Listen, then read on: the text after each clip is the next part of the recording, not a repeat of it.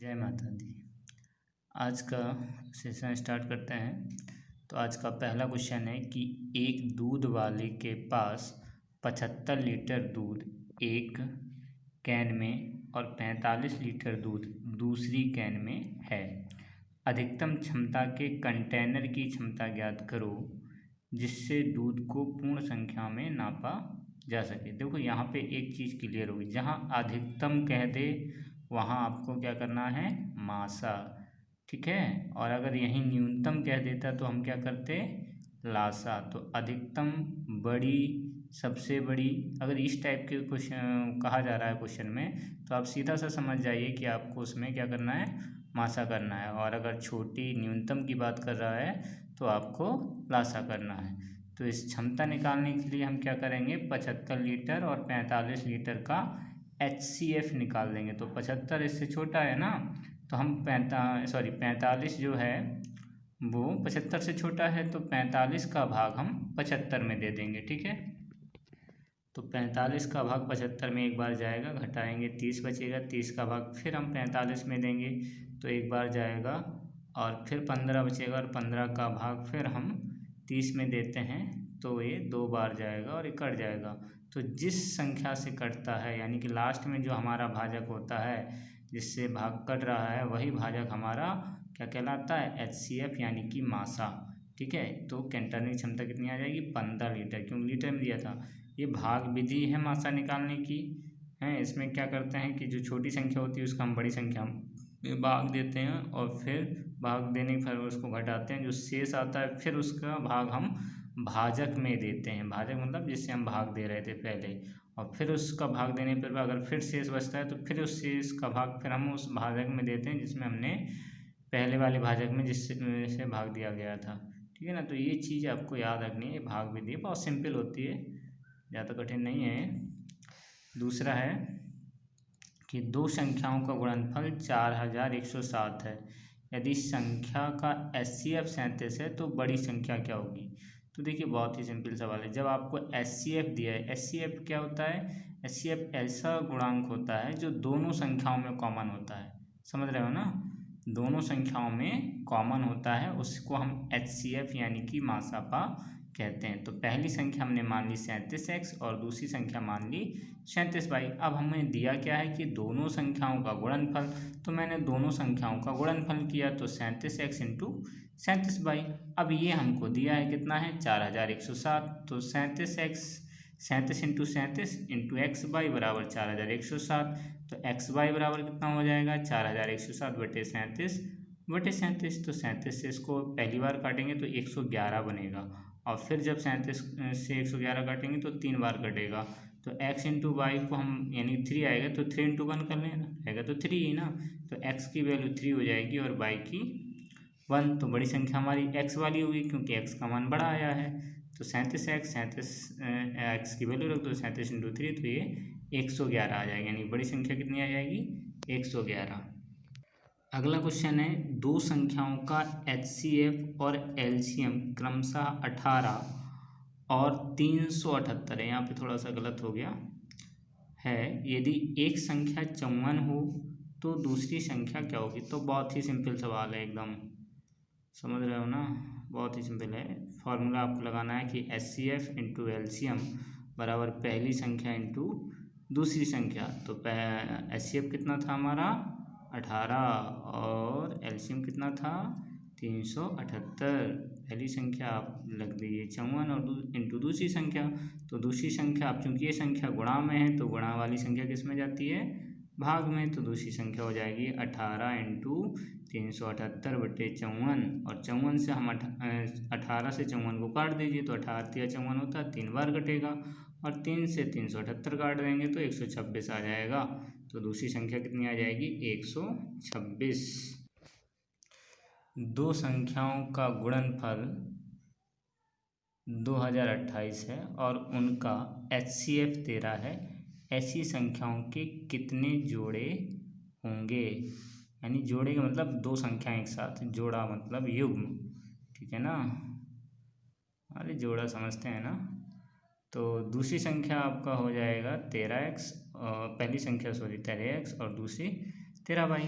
अब दोनों संख्याओं का गुणनफल किया तो 13x इंटू 13y, तो 13x 13 इंटू 13 और इंटू एक्स वाई बराबर 2028, तो एक्स वाई बराबर हो जाएगा 2028 बटे 13 इंटू 13, तो 13 से पहले काटेंगे तो 156 बनेगा, फिर 13 से 156 को काटेंगे तो 12 आ जाएगा, तो x इंटू वाई क्या हो गया 12। अब हमें ऐसे यानी दो संख्याओं का गुणनफल है 12, तो ऐसी कौन कौन सी संख्याएं हैं जिनका हम आपस में गुणा करें तो 12 आएगा।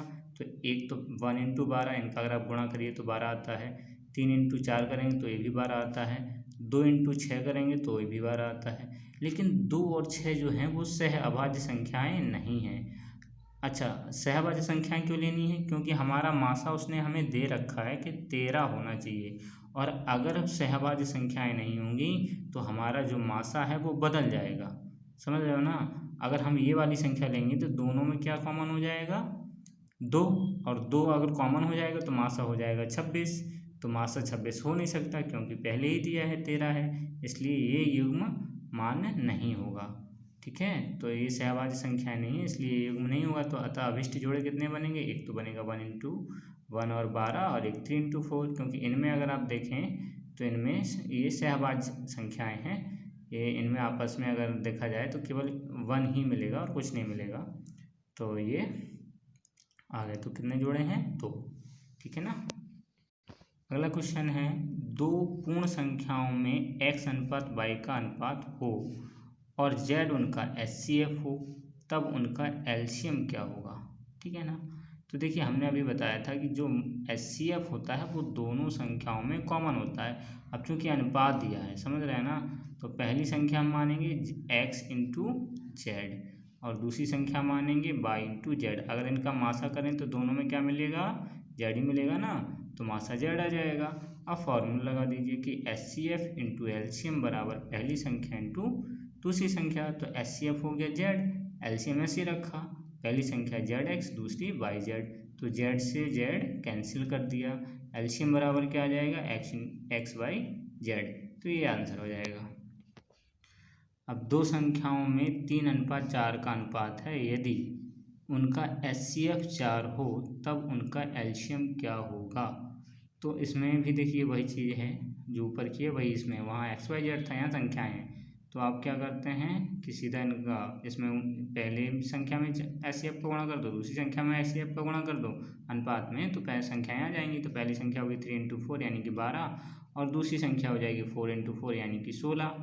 अब फॉर्मूला लगाए HCF इंटू एलसीएम बराबर पहली संख्या इंटू दूसरी संख्या, तो रख दिया है 4 इंटू एलसीएम बराबर 3 इंटू 12 इंटू 16, तो 4 से इसको काट दिया, 3 आया ना, और 16 का 3 में गुणा कर देंगे तो 48 आएगा।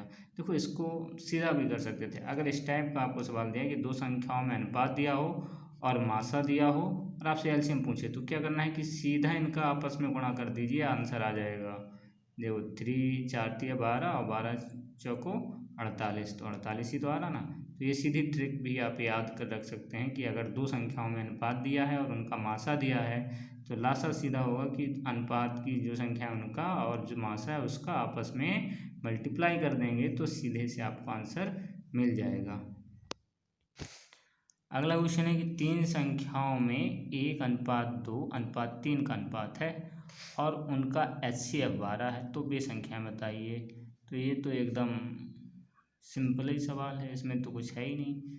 अब इसमें देखिए आपको ये मासा दे दिया है और ये अनुपात दे दिया है, तो सीधी संख्याएं पूछी हैं, तो क्या करना है कि अनुपात में क्रम से गुणा कर दीजिए मासा का।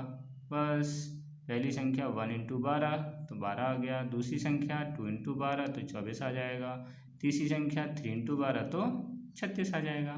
तो सीधा सा है, अनुपात दिया है मासा दिया है, संख्याओं के लिए सीधा सा है कि अनुपात की जो संख्याएं हैं उनमें आप मासा का मल्टीप्लाई कर दीजिए तो आपको संख्याएं मिल जाएंगी। ठीक है ना। अगला क्वेश्चन है कि यदि दो संख्याओं में 2:3 का अनुपात है और उनका एलसीएम 54 है। अब थोड़ा सा इसमें देखिए, अभी अब तक क्या दे रहा था?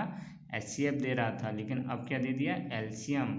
तब दोनों संख्याओं का योगफल पूछा है, यहाँ पे क्या होगा? तो पहली संख्या हमने मान ली 2x और दूसरी संख्या मान ली 3x। देखिए अनुपात में है, अगर इनका हम अनुपात करें तो x कट जाएगा, तो 2:3 ही आएगा। तो अनुपात नहीं बदलना चाहिए, है ना, इसलिए कॉमन संख्या यहाँ पे इंटू कर ली जाती है। तो अगर इनका हम HCF निकालें तो दोनों में क्या कॉमन है, x ही तो कॉमन है ना, इसलिए HCF क्या हो जाएगा, x हो जाएगा। अब आप फॉर्मूला लगाएंगे कि HCF इंटू एल्शियम बराबर पहली संख्या इंटू दूसरी संख्या। तो HCF कितना हो गया, x, एल्शियम दिया है 54, दूसरी संख्या, पहली संख्या 2x और दूसरी संख्या 3x, तो एक x से ये वाला x कैंसिल कर दिए, ठीक है ना। अगर इनका हम मल्टीप्लाई कर दें तो 3 दूनी 6x बना बराबर 54, तो x बराबर क्या हो जाएगा, 54/6, 6 से कट कर दिया तो 9 आया, तो x बराबर कितना हो गया, 9। तो पहली संख्या 2x थी तो 2 × 9 यानी कि 18, और दूसरी संख्या क्या थी आपकी, दूसरी संख्या थी 3 × x यानी कि 27, है ना। और योगफल अगर हम करते हैं इन दोनों को जोड़ दीजिए, 18 + 27 तो 45, ये आंसर हो जाएगा। नेक्स्ट क्वेश्चन है, दो संख्याओं का अनुपात 3:4 है। HCF और एल्शियम का गुणनफल दिया है 2028, उन संख्याओं का क्या योगफल होगा। तो सेम सवाल है। तो पहली संख्या मान ली 3x, दूसरी मान ली 4x। तो अब देखिए यहाँ पे हमें HCF नहीं निकालना पड़ेगा। क्यों नहीं निकालना पड़ेगा, क्योंकि यहाँ पे हमें उनका सीधा गुणनफल दे दिया है कि HCF और एल्शियम इनका गुणनफल इतना है, तो सीधा सब करेंगे। तो ये रख दिया 2028, पहली संख्या 3x और दूसरी 4x, तो इनका मल्टीप्लाई किया तो कितना हो जाएगा, 12x² बराबर 2028। तो x² बराबर क्या हो जाएगा, 2028/12, 12 से इसको कट करेंगे तो आएगा 169, तो बर घटा दिया तो x बराबर √169, तो √169 कितना होता है, 13 होता है, 13 आएगा। इसका वर्गमूल निकालेंगे तो 13 आ जाएगा, ठीक है। तो पहली संख्या हो जाएगी 3x यानी 3 × 13, 39 आ गई। दूसरी संख्या 4x, तो 4 × 13 यानी 52 आ गई। योगफल करना है तो 39 + 52 कर देंगे तो 91, ये आंसर हो जाएगा। नेक्स्ट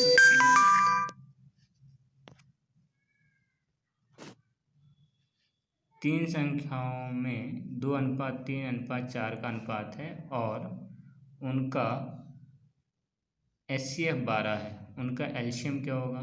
तो पहली संख्या हो जाएगी 2 × 12, अनुपात दिया है, HCF दिया, मैंने बताया था कि संख्याओं में सीधा गुणा करते हैं, संख्या मिल जाती हैं।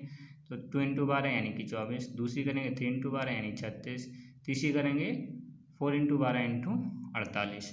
अब इनके मैंने फैक्टर कर दिए, 24 के फैक्टर करें तो 2 × 2 × 2 × 3, 36 के करें तो 2 × 2 × 3 × 3, 48 के करेंगे तो 2 × 2 × 2 × 2 × 3। अब एल्शियम निकालना है, तो एल्शियम के लिए हम क्या कहते हैं कि पहली संख्या के सारे गुणनखंड लिख दीजिए, तो लिख दीजिए 2 × 2 × 2 × 3।